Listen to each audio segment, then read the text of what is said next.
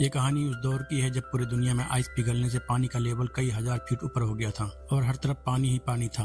और जितने भी लोग अब जिंदा हैं वो सभी पानी के ऊपर ही बस्ती बसाकर जीना सीख गए हैं। और फिर हम देखते हैं एक आदमी को जिसका नाम मरीनर होता है।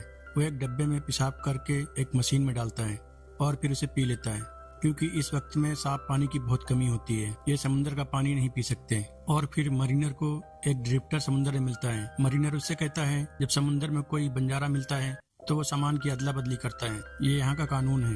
ड्रिफ्टर कहता है मैं जानता हूँ, लेकिन मुझे कोई अदला बदली नहीं करनी है। और फिर ड्रिफ्टर मरीनर के नाव से सामान चुराकर मरीनर से कहता है मैंने तुम्हारे नाव से खाने का सामान चुराया है, अगर तुम मुझे पकड़ सकते हो तो लो अपना सामान ले लो। यह ड्रिफ्टर मरीनर की नाव देखकर सोचता है ये ज्यादा तेज नहीं भाग सकती, लेकिन मरीनर की नाव बहुत एडवांस होती है। तभी यहाँ पे कुछ स्मोकर्स आ जाते हैं जिनका काम लोगों को मारना और उनका सामान छीनना होता है। मरीनर ड्रिफ्टर का पीछा करके उसकी नाव का पर्दा फाड़ देता है और स्मोकर से काफी दूर चला जाता है और स्मोकर ड्रिफ्टर को पकड़कर उसे मार देते हैं। और फिर मरीनर एक समुद्र में तैरते हुई बस्ती में जाता है, लेकिन बस्ती वाले उसके लिए गेट नहीं खोलते। मरीनर उनको एक बोतल में मिट्टी दिखाता है। ये लोग मिट्टी को देखकर दरवाजा खोल देते हैं, क्योंकि इस वक्त में मिट्टी की बहुत कीमत होती है। ये लोग मिट्टी में अनाज उगा सकते हैं। और फिर मरीनर अंदर जाकर मिट्टी को बेचता है।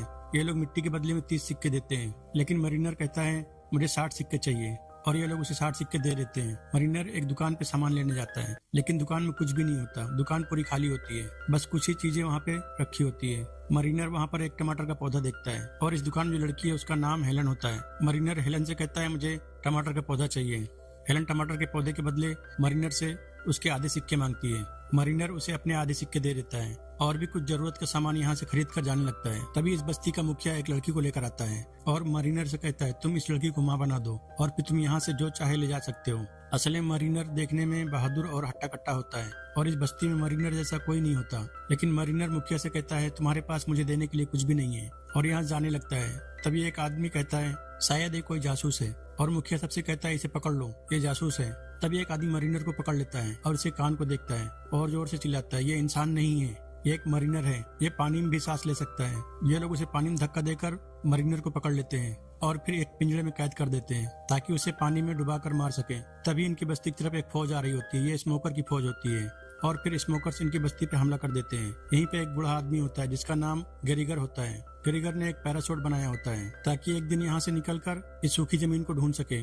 गेरिगर का हाथ गलती से पैराशूट के हैंडल पे लग जाता है और पैराशूट वहाँ से उड़ने लगता है। गेरिगर जल्दी से पैराशूट में बैठकर यहाँ से उड़ जाता है। दूसरी तरफ हेलन मरीनर के पास जाती है और उससे कहती है अगर तुम हमें यहाँ से अपने साथ ले जाओगे तो मैं पिंजरे का ताला तोड़ सकती हूँ। मरीनर मान जाता है। हेलन जल्दी से पिंजरे का ताला तोड़ देती है और फिर हेलन और एनोला दोनों मरीनर के नाव में चले जाते हैं। मरीनर देखता है स्मोकर बस्ती को बुरी तरह से खत्म करने वाले होते हैं, इसलिए मरीनर एक बोट पे तीर मारकर उसको उसके ही बॉस डिकोन की तरफ घुमा देता है। बोट से जो आदमी फायरिंग कर रहा होता है उसने सेफ्टी ग्लास पहना होता है, इसलिए उसको सामने का कुछ नजर नहीं आ रहा होता, इसलिए वो अपने ही बॉस की नाव को उड़ा देता है। और फिर मरीनर एनोला और हेलन को यहाँ से लेकर निकल जाता है। इधर डिकोन बस्ती में आकर सबसे पूछता है मुझे उस छोटी लड़की की तलाश है जिसके पीठ पे एक नक्शा बना है, कहाँ है वो?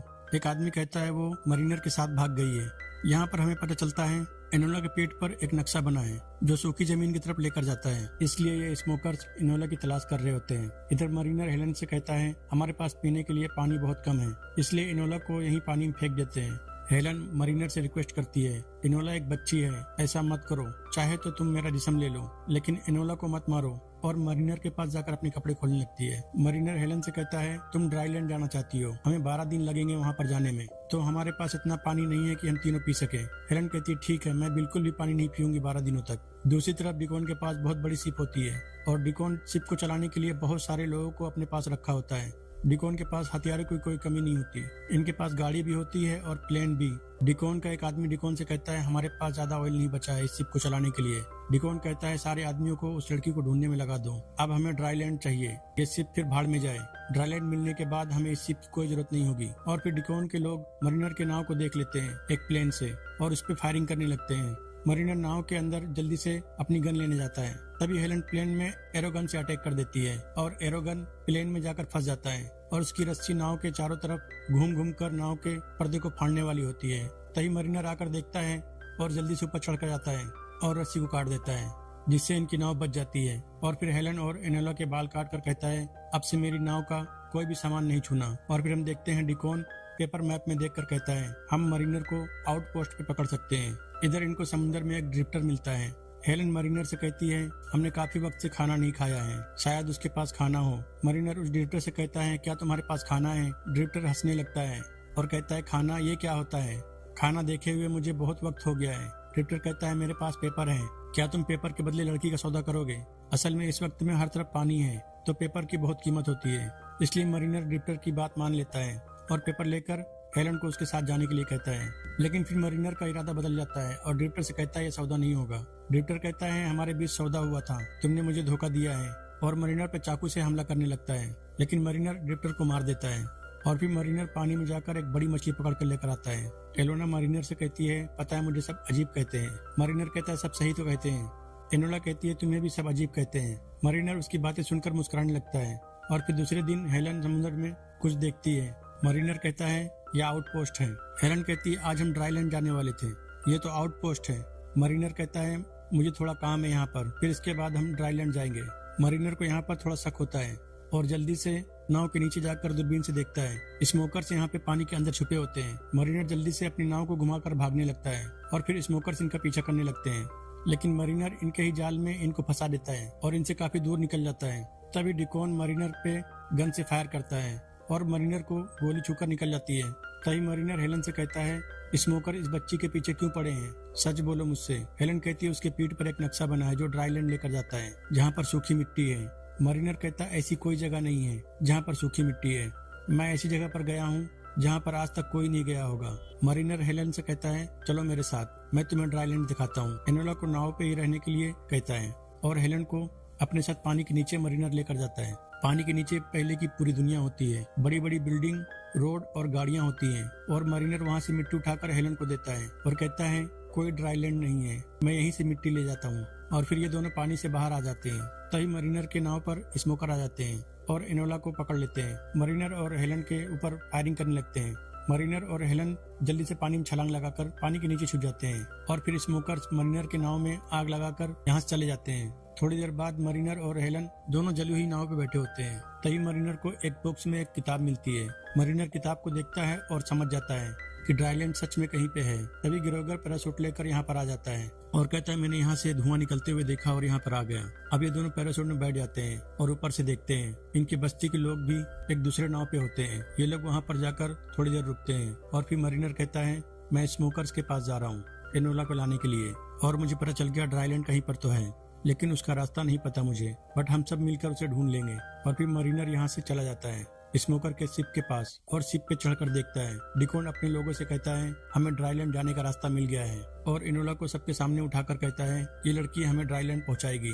अब तुम सब लोग जश्न मनाओ और अपने अपने काम पर लग जाओ। सब लोग फिर से अपने अपने काम पर भाग कर जाने लगते हैं। तभी मरीनर यहाँ पर आ जाता है। डिकॉन कहता है तुम क्यों नहीं गए, जाओ और शिप को चलाओ। मरीनर थोड़ा पास आता है। डिकॉन कहता है ये तो मरीनर है, खुद ही यहाँ पर मरने आ गया। मरीनर एक फायर कैंडल निकाल कर कहता है इसे मैं तुम्हारे शिप के ऑयल टैंक में डाल दूंगा तो ये शिप बर्बाद हो जाएगी।